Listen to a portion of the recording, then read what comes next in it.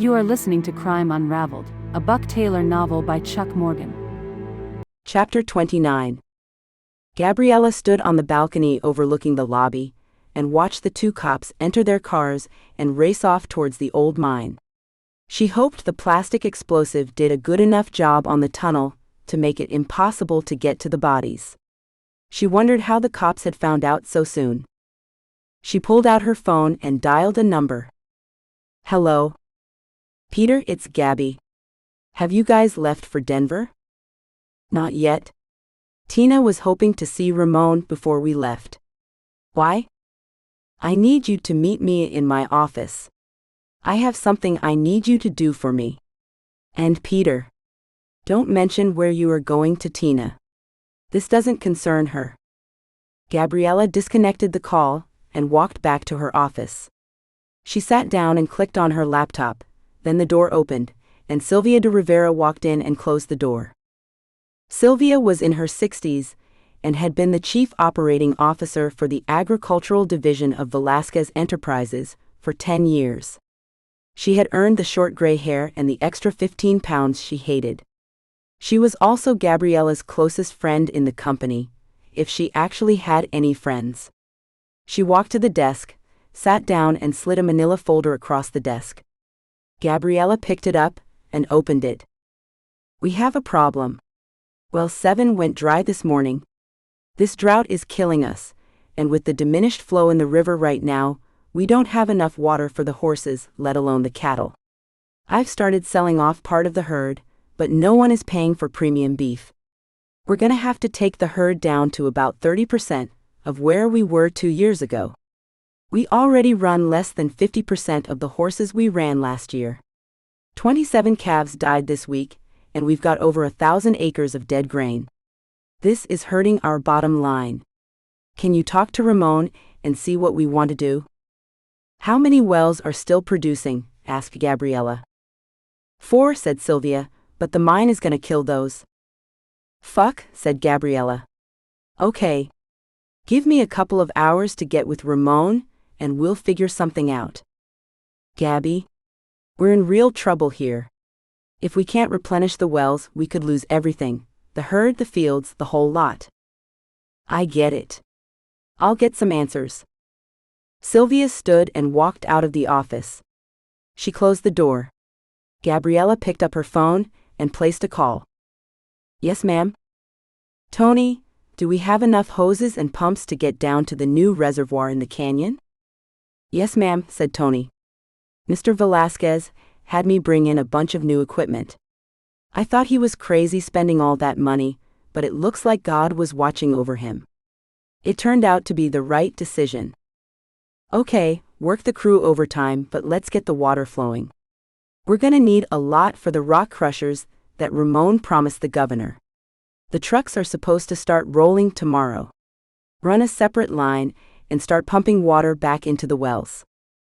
That's gonna take a lot of manpower and time, said Tony. Then you'd better get started. She disconnected the call and sat back in her chair. She had a lot to think about now with Ramon gone. There was a knock on her door, and Peter Welker, Tina's husband, pushed open the door. Gabriella waved him in, and he walked in and closed the door. He sat in the chair opposite the desk. What's so important I couldn't tell my wife? He asked. I need you to flood the internet with stories about an eco-terrorist group claiming responsibility for the rockslide in the canyon. What are you talking about? The governor didn't mention anything specific about eco-terrorists. He said it was a man-made disaster, but not by whom. Peter Welker ran a small IT firm with a handful of small companies as clients. As far as Gabriella was concerned, he was a failure and just living off his wife's money. She looked across the desk and her expression went dark.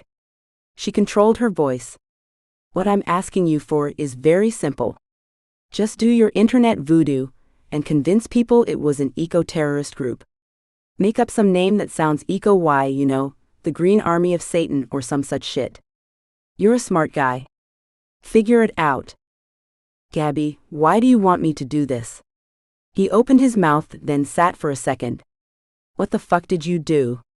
Were you involved in the explosion that caused the rock slide? He jumped out of the chair and paced across the office. Oh fuck. Fuck fuck fuck fuck fuck. Shit, we're all going to jail. The whole family. What the fuck did you do? Gabriella watched the tirade with amusement. Peter was always a drama queen. From the first day Tina introduced him to the family, she knew he was overreactive.